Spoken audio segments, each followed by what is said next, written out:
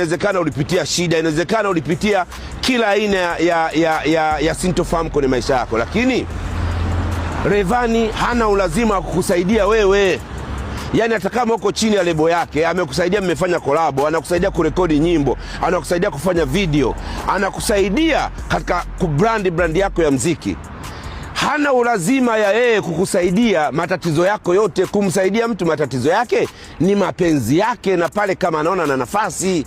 Yani tusiweke kama kwa sababu mimi niko chini ya lebo yako, unanisimamia kimziki na ingiza pesa, basi lazima nikusaidia. Hakuna maisha hayo. Ukisema hivyo, maana kila mtu ambaye ameshikwa mkono na mtu atakuwa na ulazima wa kusaidiwa.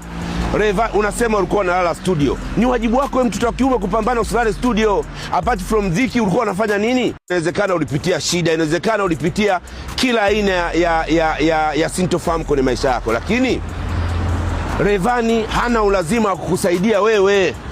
Yani hata kama uko chini ya lebo yake, amekusaidia, mmefanya kolabo, anakusaidia kurekodi nyimbo, anakusaidia kufanya video, anakusaidia katika brand yako ya mziki.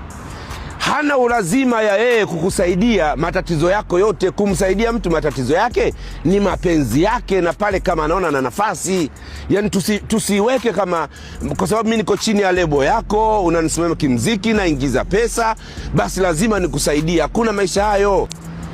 Ukisema hivyo, maana kila mtu ambaye ameshikwa mkono na mtu atakuwa na ulazima wa kusaidiwa. Rayvanny, unasema ulikuwa unalala studio. Ni wajibu wako wewe mtoto wa kiume kupambana usilale studio. Apart from dhiki, ulikuwa unafanya nini?